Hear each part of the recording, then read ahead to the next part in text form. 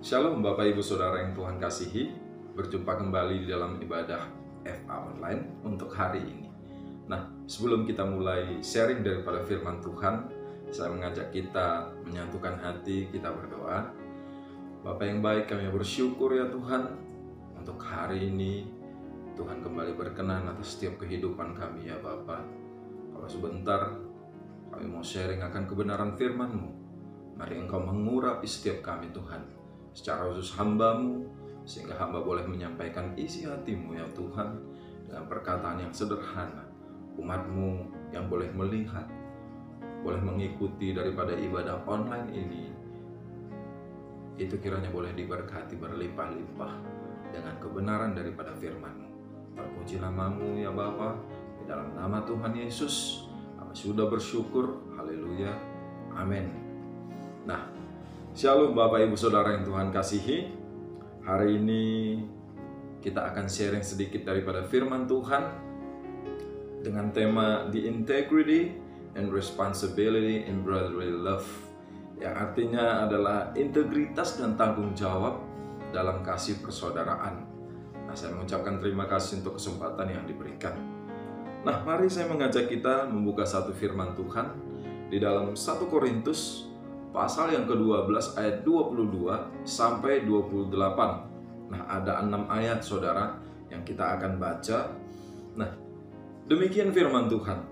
Malahan justru anggota-anggota tubuh yang nampaknya yang paling lemah adalah yang paling dibutuhkan. Ayat berikut, dan kepada anggota-anggota tubuh yang menurut pemandangan kita kurang terhormat, kita memberikan penghormatan khusus. Dan terhadap anggota-anggota kita yang tidak elok, kita berikan perhatian khusus. Hal itu tidak dibutuhkan oleh anggota-anggota kita yang elok. Allah telah menyusun tubuh kita begitu rupa, sehingga kepada anggota-anggota yang tidak mulia diberikan penghormatan yang khusus. Yang berikut, supaya jangan terjadi perpecahan di dalam tubuh, tetapi supaya anggota-anggota yang berbeda itu saling memperhatikan.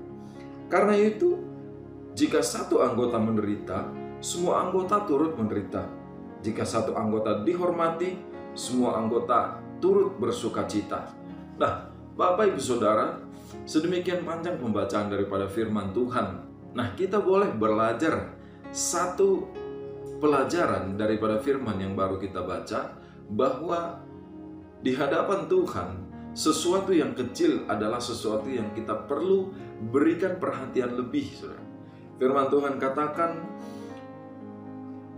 kepada anggota-anggota yang nampaknya justru paling lemah, maka kita harus memberikan perhatian khusus. Dan yang kurang terhormat, kita perlu memberikan penghormatan khusus. Artinya, orang-orang yang dunia mungkin anggap kecil, itu adalah orang-orang yang begitu penting di hadapan Tuhan. Nah, konsep ini sangat kita perlukan Bapak Ibu, untuk kita kemudian boleh mewujudkan apa yang dinamakan dengan brotherly love atau kasih persaudaraan. Nah, seorang yang mengasihi saudaranya, nah firman Tuhan katakan adalah seorang yang sanggup itu kemudian memberikan nyawanya untuk sahabat-sahabatnya. Nah, firman Tuhan mengajak kita untuk saling memperhatikan hari ini, ya. Bila mana yang satu kemudian menderita, maka seluruh anggota itu harus menderita. Sama dengan anggota tubuh kita yang tadi kita boleh baca dalam firman Tuhan, Bapak Ibu. Bila mana yang satu itu kemudian menderita, maka seluruh anggota itu turut menderita. Dan jika yang satu itu dihormati, maka semua anggota turut bersukacita. Sehingga di dalamnya ada kebersamaan yang tercipta, saudara. Ya, waktu yang satu itu kemudian merasakan sakit, maka yang lain harus merasakan hal yang sama. Nah, ini yang dinamakan dengan kasih persaudaraan. Nah, untuk kemudian kita membangun kasih persaudaraan, maka kita perlu mengingatkan kembali atau membangun kembali, yaitu moto yang kemudian FA itu sudah anut sejak awal FA itu dibuka, yaitu apa? KTM, saudara. Nah, KTM merupakan singkatan daripada kesatuan hati, tumbuh bersama dan memenangkan jiwa. Bila kita kemudian menerapkan moto ini, Saya percaya kasih persaudaraan itu bisa dibangun di lingkungan FA, di lingkungan di mana kita ada, Bapak Ibu. Nah, ini kemudian tidak memungkiri bahwa di setiap kita, yaitu tubuh Kristus, itu ada banyak sekali perbedaan, Bapak Ibu ya. Itu wajar, saudara, karena sesuatu yang berbeda Tuhan ciptakan untuk satu tujuan, yaitu untuk saling melengkapi satu dengan yang lain, untuk memahami satu dengan yang lain. Nah, memahami perbedaan yang ada, ini akan membuat kita mengerti bahwa setiap orang akan memerlukan orang-orang yang lain, saudara. Kenapa? Karena ada hal yang mungkin menurut kita kecil, tetapi kita nggak bisa lakukan. Di mana kemudian hal kecil itu, orang-orang yang lain yang ada di sekitar kita, itu bisa kerjakan, Bapak Ibu. Nah, memahami konsep ini, maka kita harus menerapkan kasih persaudaraan. Kita harus menumbuhkan kasih persaudaraan di tengah-tengah dimanapun kita ada, Bapak Ibu. Supaya kemudian apa yang kurang di dalam kita, itu bisa dilengkapi oleh saudara kita yang lain. Dan apa yang kurang dalam kehidupan saudara kita yang lain, kita hadir untuk melengkapi apa yang mungkin mereka tidak bisa kerjakan, saudara. Nah, yang kedua, Bapak Ibu, saya bacakan dari Galatia 6 ayat yang kedua. Nah, Galatia 6 ayat yang kedua berkata demikian, bertolong-tolonganlah menanggung bebanmu. Demikianlah kamu memenuhi hukum Kristus, saudara. Firman Tuhan katakan bertolong-tolonganlah kamu, sebab demikianlah kamu akan memenuhi hukum Kristus. Seorang yang rindu untuk tumbuh bersama di dalam kehidupannya, di dalam lingkungan di mana dia ada, saudara, orang-orang di sana itu harus menerapkan prinsip ini. Ya, bertolong-tolongan akan membuat kita menjadi kuat, saudara. Kita mungkin memiliki satu hal yang kita nggak bisa lakukan, tapi waktu konsep bertolong-tolongan itu ada di lingkungan di mana kita ada, di FA di mana kita boleh ibadah, saya percaya FA itu akan menjadi kuat. Orang-orang, anggota-anggota yang ada di FA itu akan menjadi orang-orang yang kuat, saudara. Kenapa? Karena satu dengan yang lain, mereka itu saling menopang, saling menolong, saling membangun. Ya, kemudian di dalam Galatia 6 ayat 1, kalau kita mundur satu ayat, di dalam Galatia 6, dikatakan demikian, saudara-saudara, kalaupun seorang kedapatan melakukan suatu pelanggaran, maka kamu orang yang rohani harus memimpin orang itu ke jalan yang benar, dalam roh yang lemah lembut, sambil menjaga dirimu supaya kamu jangan kena pencobaan. Nah, firman Tuhan bilang, Bapak Ibu, kalau kita itu melihat atau mendapati seseorang itu kemudian melakukan satu pelanggaran, satu kesalahan, nah, kita yang rohani harus memimpin mereka dengan roh yang lemah lembut, ya. Bukan kemudian kita menghakimi mereka, kita menjatuhkan mereka, kita kemudian mengabaikan mereka. Saudara, ini bukan hal yang baik, saudara. Tetapi selaku tubuh Kristus, selaku orang-orang yang rohani, Tuhan bilang, ya, bahwa kita harus itu kemudian membangun daripada kehidupan mereka, saudara. Dengan cara apa? Kita harus menuntun mereka ke jalan yang benar dengan roh yang lemah lembut. Sekali lagi, bukan dengan penghakiman, tetapi biarlah kita menuntun orang-orang yang salah, yang didapati melakukan kesalahan, itu dituntun dengan kasih yang daripada Tuhan, sehingga kebersamaan akan tetap terjaga, saudara. Nah, saya berikan contoh kehidupan daripada Tuhan Yesus, ya. Tuhan Yesus pada waktu dia melayani di bumi selama kurang lebih 3,5 tahun, maka ini yang Tuhan Yesus lakukan, saudara. Saya baca satu ayat di dalam Kisah Para Rasul, pasalnya yang ke-10 ayat 38. Yaitu tentang Yesus dari Nazaret, bagaimana Allah mengurapi dia dengan Roh Kudus dan kuat kuasa. Dia yang berjalan berkeliling sambil berbuat baik dan menyembuhkan semua orang yang dikuasai iblis, sebab Allah menyertai dia. Nah, perhatikan, saudara, dikatakan dalam firman Tuhan bahwa pada waktu Allah, Tuhan Yesus itu kemudian lahir dan melayani di bumi selama kurang lebih 3,5 tahun. Saudara, dia bukan hanya menyembuhkan banyak orang, tetapi dikatakan secara spesifik bahwa dia berjalan berkeliling sambil berbuat baik, saudara. Artinya, kita selaku anak-anak Tuhan, hamba-hamba Tuhan, ya, walaupun mungkin ya kita itu diberikan karunia yang luar biasa, sampai kemudian pada waktu kita berdoa, maka orang sakit sembuh, maka jangan lupa untuk berbuat baik, saudara. Amin. Kenapa Bapak Ibu? Ini yang Tuhan Yesus mau kita lakukan ya. Waktu kita melayani, saudara, kita nggak hanya membangun hubungan dengan Tuhan. Kita perlu sadar bahwa kita juga ada di dunia ini untuk membangun hubungan dengan saudara-saudara kita. Maka dengan demikian kita perlu melakukan yang baik di dalam kehidupan yang Tuhan percayakan bagi kita, saudara. Dengan apa? Mari kita hidupi, kita isi hidup kita dengan berbuat baik. Apapun peran kita, dimanapun kita ada, siapapun kita, mari usahakan sedapat mungkin untuk kita melakukan hal-hal yang baik, saudara. Terlebih waktu kita kemudian berhadapan dengan kelemahan-kelemahan seseorang, waktu mereka melakukan pelanggaran, seperti yang tadi firman Tuhan sudah sampaikan, saudara.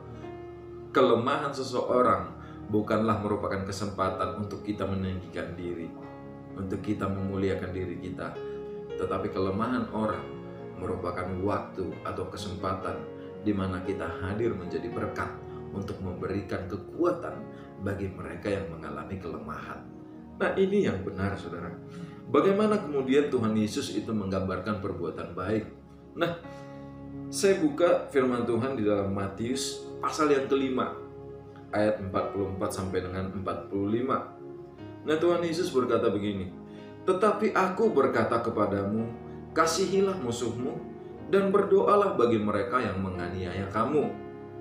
Karena dengan demikianlah kamu menjadi anak-anak Bapamu yang di surga, yang menerbitkan matahari bagi orang yang jahat dan orang yang baik, dan menurunkan hujan bagi orang yang benar dan orang yang tidak benar." Saudara, firman Tuhan berkata, kita perlu mengasihi bahkan musuh kita, saudara. Jadi Tuhan mau kita ini di-upgrade dalam hal kasih-Nya. Tuhan mau kita bukan hanya mengasihi orang-orang yang mengasihi kita. Ya, kenapa, saudara? Karena di ayat yang lain, orang jahat pun mengasihi sesamanya orang jahat, saudara. Sehingga apa yang kemudian membuat kita berbeda dari orang jahat, saudara?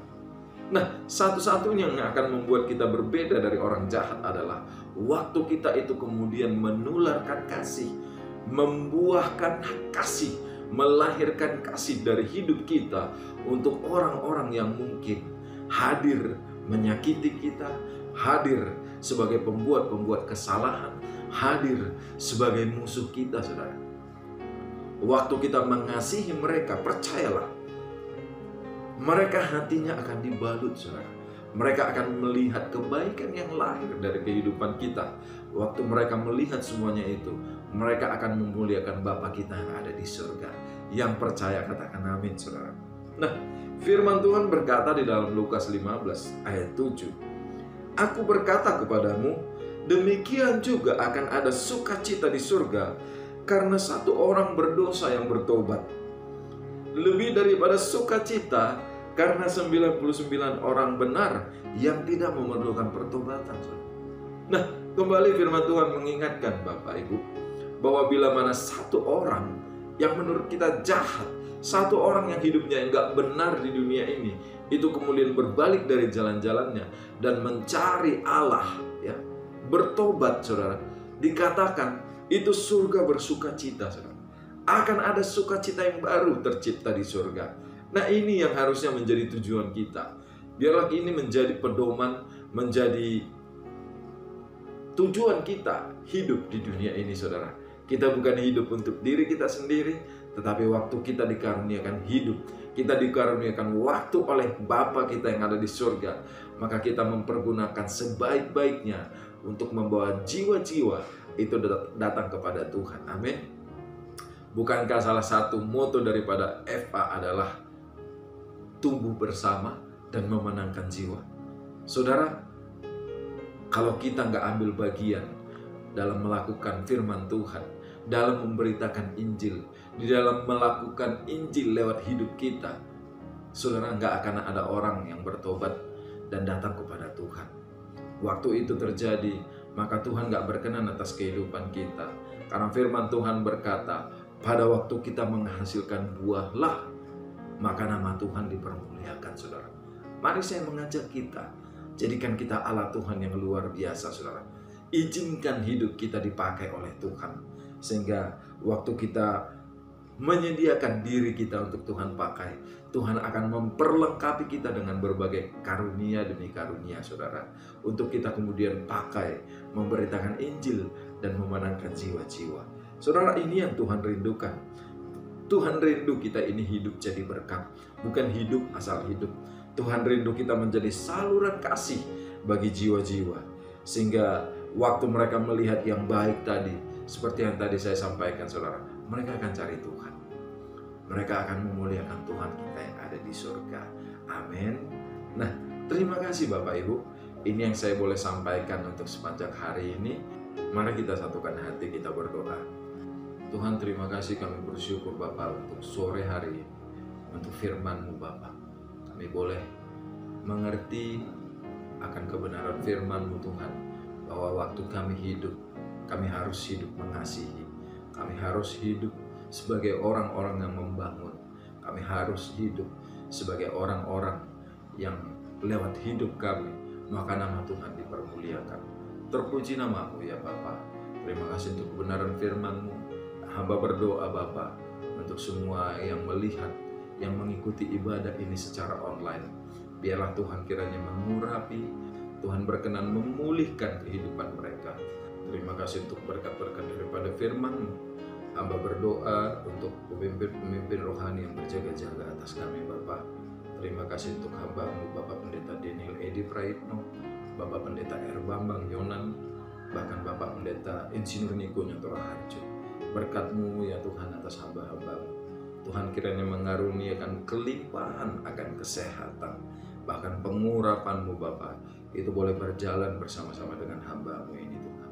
Tuhan kiranya memberkati seluruh keluarga besar daripada hamba-hamba-Mu. Terpuji nama-Mu ya Tuhan. Sebelum kami berpisah satu dengan yang lain, mari materaikan berkat-Mu atas kami ya Tuhan. Bapak Ibu Saudara yang dikasihi Tuhan Yesus, bukalah seluruh kehidupan-Mu di hadapan Tuhan. Kiranya berkat, rahmat, anugerah, damai sejahtera daripada Allah Bapa, kasih sayang daripada Tuhan Yesus Kristus, dan persekutuan yang manis daripada Roh Kudus menyertai kita sekalian hari ini sampai selama-lamanya. Kita yang percaya diberkati, bersama-sama kita katakan amin.